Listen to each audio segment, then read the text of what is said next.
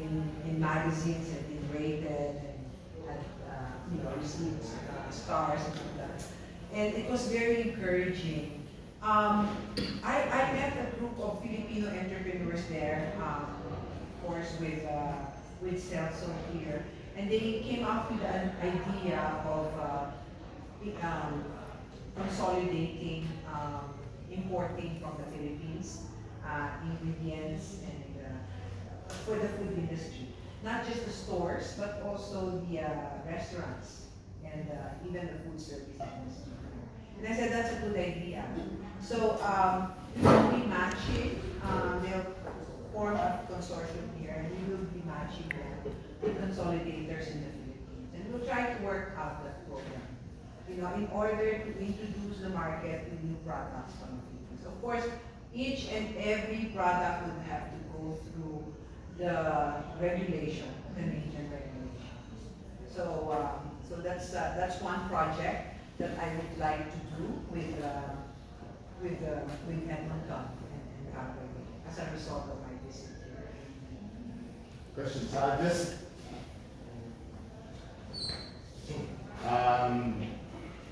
for Commissioner Hini. This question is for clarification. Because I heard a lot of concerns regarding the flavors of the month, which was held at that end.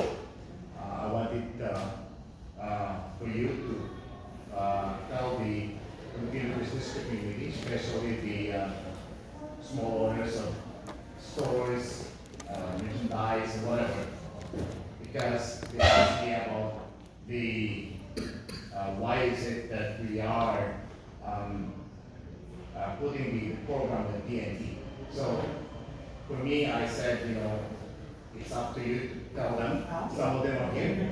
And to clarify why is it that we are as government, putting the sponsor or the event on a TNT where there's gazillions of Filipino store convenience stores who are whining and complaining about all this stuff. So for you to explain to them, I hope I've clarified myself.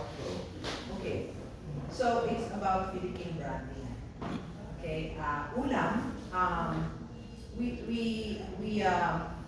Ulam as a film is really about the branding of Filipino food and everything. If you brand, you have to go big, and you have to go closer to the mainstream. And that is what big companies like, we did an in-store promotion with Hudson's Bay, even. So that is your way of really presenting yourself to the mainstream. PNP is not quite mainstream, but it's crossover. And the fact that it is in West Edmonton Mall, that's the closest that you can bring your products to the mainstream. We don't want to be confined in our own little Filipino stores. We want, as we said, we just don't want to blend. We want to stand out. And that's a way by which we are able to give, shall we say, the visibility for the Philippines, for Filipino products and Filipino brands. I'm not discounting the small stores. There are different ways to promote. So different strategies, as they say, different strokes for different folks. Yes. Just a quick question, man. Totally unrelated to the store. I've been here 9 years, and I've seen a lot of agents from the Philippines flying over here selling real estate in the Philippines. Is there a one-stop website where we can see who's regulated, who's unregulated, who's allowed to sell? How does that whole thing work? Or can we check with someone, a real person, as to whether these people are allowed to be selling real estate here? It's not directly under us, no? It's not directly under the Department of Trade and Industry, but there are real estate organizations like WEBA. There are organizations and associations in the Philippines, REBA, and that would be the best. They investment source. Yeah. Although, by the way, for balikbayan boxes, no? DTI comes out with accredited agents, no? So that you don't deal with those that are not accredited. Please check our DTI website. If you are going to send boxes to the Philippines, you're going to want boxes. Because there's a list there. It would say in Calgary who are the accredited balikbayan boxes agents. Sorry, everyone. Yes, sir. Thank you. With regards to the real estate, yes. The reason why there are so much sales effort of real estate in the Philippines, because there are so many Filipinos overseas, and they have disposable income. Now, yes, you have to be careful about that. In other words, it's caveat emptor. Buyers beware. Because this is a free market, it's a business. So as much as possible, the sale abroad of these properties are not really that strictly regulated, because maybe the Alberta government would like to take a look at it. But real estate, you have to be, just generally, you have to look at it in two ways. One, if a real estate company in the Philippines is selling here house and lot, okay, remember, it's only Filipino citizens who can own land. The house is an accessory. So, if you are a Canadian, a former Filipino, and not anymore a Filipino citizen, you lose Filipino. Simple, reacquire Philippine citizenship. And that's what many of Canadians who are former Filipinos go to the consulate. They file an application to reacquire Philippine citizenship. Let me go deeper. Before, it was very difficult to reacquire Philippine citizenship. Before this law, Republic Act 9225, if a Filipino becomes a foreign national, he is a foreigner, right? And if you want to become a Filipino citizen again, you have to file a petition for naturalization. That has now changed. It's only an administrative process. Check with the website of the Philippine Consulate. It's philcongencalgary.org. That's an abbreviation of Philippine Consulate General Calgary. philcongencalgary.org. And there's a line there on reacquisition of Philippine citizenship, Republic Act 9225. So, if you're buying house and lot, you must be a Filipino citizen. But if you're going to buy a condominium, you don't have to be a Filipino citizen. You're only buying the box, the unit. So that's the simple way of taking a look at it. Then, of course, you have to be very sure of the real. But there are reputable real estate companies or sellers because they're selling the condominium units. And if you want to verify that, you just ask your relative to go there and see it for themselves. It's easy. There's so much there in Pasay City, in Muntinlupa, all over Metro Manila. There's so many. They're selling so much of it because they know you Filipino Canadians here, you have disposable income, and you want to go to the Philippines, visit family. So you have some place to stay. Again, going back to Nini.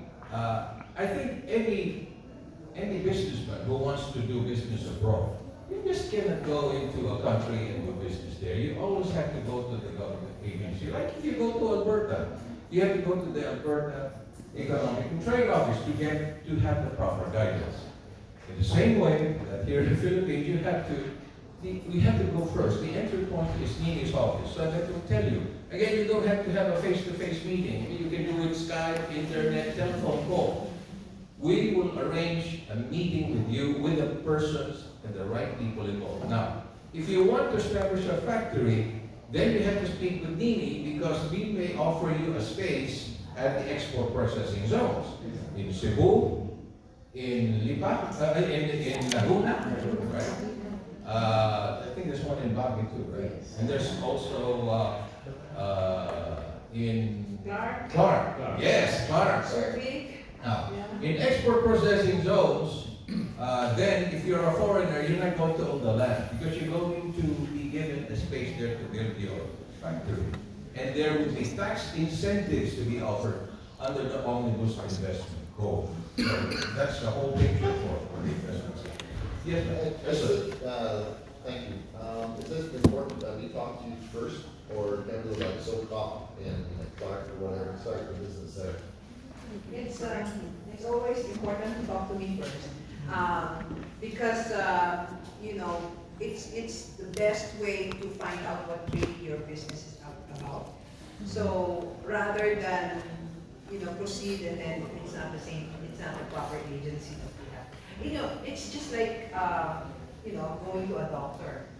You go to the general practitioner first instead of going directly to a specialist, because that specialist might not be the right specialist for you. Yes, ma'am. Question. As what you said, right? If you have a plan to put up a factory in the Philippines, that's in my product here in Canada. So, you said that you can give us your contact number directly. So can I ask your phone number and your contact number? I'll give you my card. If you have the blue one, this one, it has all my contact numbers. This is here. Yeah. It's, Outside. but I'll give you my card. That's good. Okay, any more questions? Any more? So if a foreigner wants to open a factory, you're saying that there may be land available for lease. Yes. Yeah. But what about equipment and infrastructure development Good costs? question. Yeah, well, we would like to know what the company is about, because there may be equipment suppliers already that are existing in the Philippines. But one incentive for a foreigner or a foreign company investing in the Philippines is duty-free importation of your capital equipment. So if your capital equipment is coming from Canada, it will come into the Philippines duty-free. No tax. So, so that is no tax to No, get. but if he doesn't do it, it's 12%. Yeah, maybe. I don't know what the tax code says, but if you're registered with the Board of Investments for incentives, that's one of the incentives. And then you can buy your equipment locally, and the value added tax, you don't have value added tax on your local purchases of equipment and other materials. I have another question. If I want to bring a jeepney or a motorcycle with tricycle, just a sidecar here, and to be used to promote the Philippine culture, can I be tax exempted when I bring it? Oh, that's the Canadian.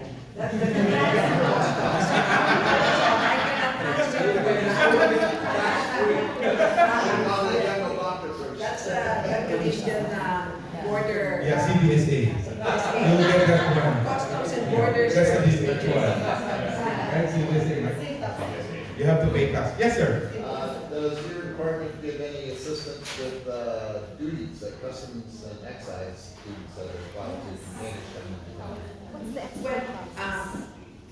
Well, coming here? No, importing into the Philippines, sometimes there's very excessive charges for bringing containers in. Well, it depends. If it is, You know what I'm saying?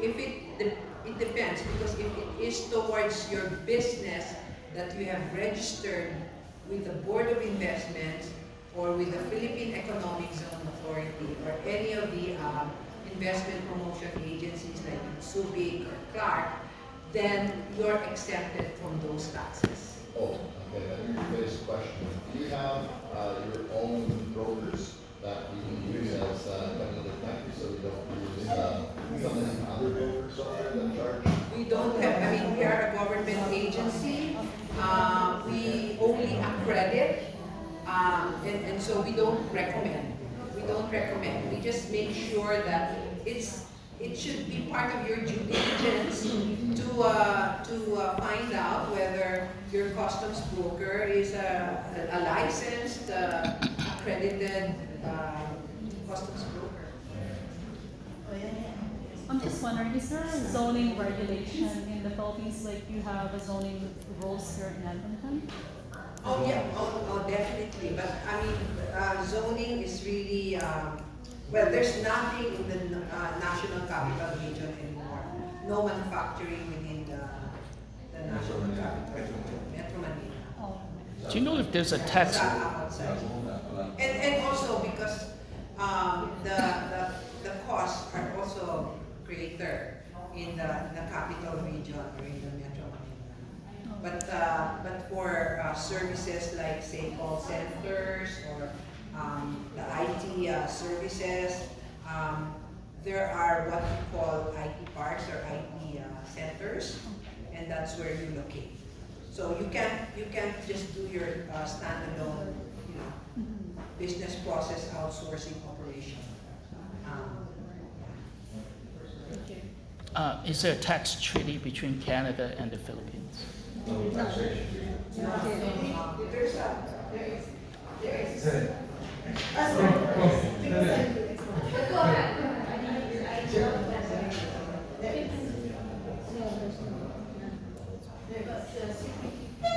See, oh, hold on, hold on. You can answer. The comprehensive, progressive, trans-Pacific treaty, it is signed by 11 countries, it's currently ratified by 7 countries, Philippines is not included. Okay, then I'm not aware of any.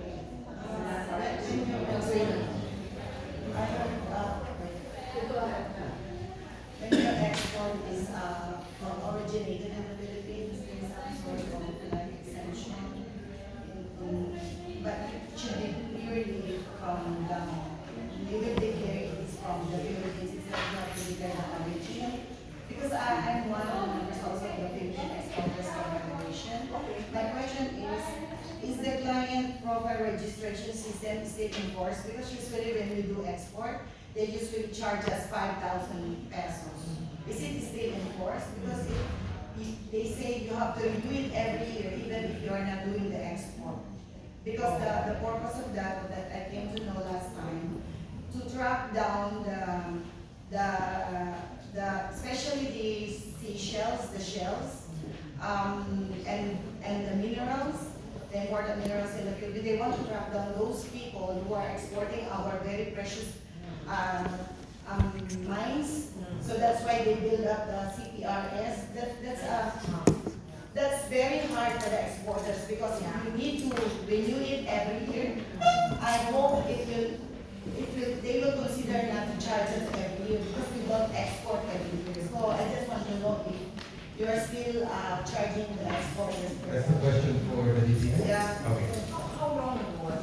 I did my last export in 2013 actually, and then I was followed up that I need to pay every year, even if I'm not doing the export. I'd like to talk to you closer. I don't have the answer. That's Oh. why. So I don't know about that. What I know is that you have to pay fees per use.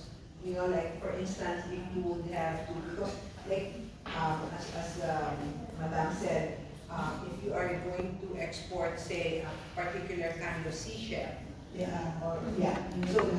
so you would have to get clearance from BFAR. So it's per use. So you pay a certain fee and you get that clearance. So, but with respect to the yearly registration, I really am not aware of that, so I have to check the CPRS. I hope not. I hope so. Yeah, We should now. be encouraging our exporters, especially our small size exporters. I just want to double check. So, are you aware of any free trade agreement between Philippines and? No, we're hoping. No, We're actually, hoping to have a free trade agreement between the Philippines and Canada, but at a certain point, Canada said, and this was the previous administration, before this administration, there were some talks of wanting to have a free trade agreement, bilateral. Yeah. But then when the new administration came, the inclination was towards an ASEAN Canada, or Canada ASEAN. So that's where we are at now. The interest is more, on the Canadian side, the interest is more on a regional, free trade agreement on a regional, say that. Does Philippines, is Philippines interested in joining the CPTPP? We are. We are interested, of course, definitely. But right now, the focus is on RCEP. Okay. The Regional Comprehensive Economic Program. Yeah, that includes China and Yes, Japan. yes. That also includes Canada, but not the US. That's right. So we're just focused on that first. That's from And then eventually, we will look at CPTPP. Okay. Thank you. One more question, and we're gonna have some refreshment on the others. Oh, two more questions. Yes, ma'am. I was just curious to know, like, who was the brainchild of this entire event? Oh, okay. It's a big- So then part of the, I guess, agenda today is promoting this tree. Well, that's just that is an example of a particular program where the Filipino Canadians could be directly involved or directly contributing to economic development. And where is the location of This is in plantation? Quezon. This is Quezon Province, Yeah. and the project is 110 hectares. How many trees are there? There is 1,000 trees to a hectare. Or let me see, it's there. Does it yield like yearly or? Well, no, it will take, okay, sorry. It will take, well, are you hungry guys? Yeah, refreshment is the other side. There's a question. Because I can present that if that's something that will be. Okay. Oh, just one last question. Yes, sir. Concerning probably the extension of the people as well, is putting a plant in the Philippines, what about power? Or electricity, getting with the local electricity companies for acquiring three-phase power in your plants, it seems like, I did not get it, please. well, you said, I know, people are interested in putting plants in the Philippines, but I'm looking at that myself. My biggest hurdle is getting three-phase power, cost effectively into the power plant. So when you go into your zones, you have three-phase power available. Oh, yes, definitely. Well, the economic zones are provisioned with power, yeah.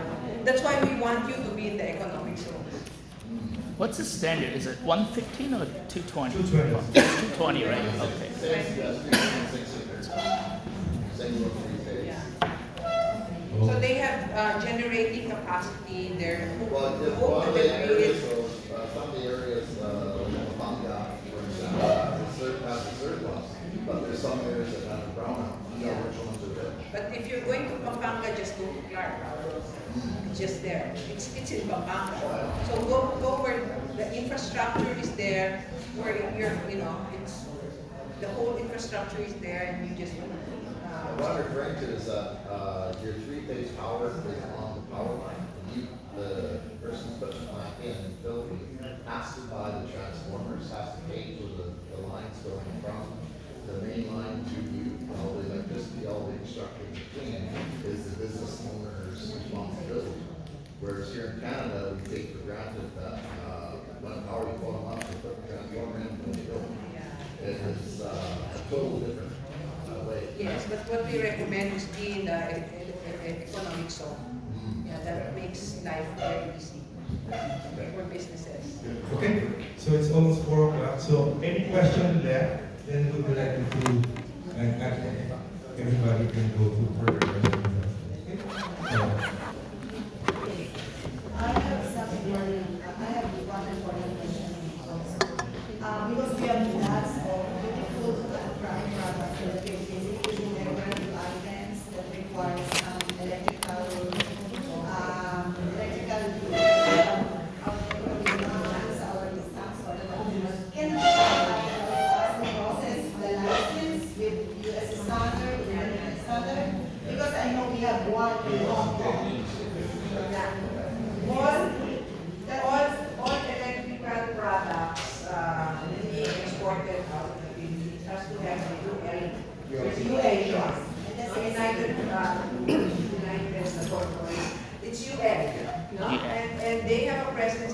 Philippines. So, you know, they certify the certificate. Otherwise, you cannot enter the market. Yes. You cannot enter the And market. also That the is CSA, required. how about the CSA? You need CSA. They have to comply. I mean, like, that's what we tell our exporters, that you have to comply with the requirements of the market involved. And DTI helps in the registration. If it's in food, it's mostly labeling and you know, ingredients. So our FDA works with the Canadian Health, Canada Health, and you know, they work together so that our exporters are informed and educated about the requirements. The Canadian Embassy just recently had a forum where we invited food exporters on the new Canada Food Safety Law. Thank you. You are all invited to partake of refreshments. I think it's in the other room. And you waiting? Thank you.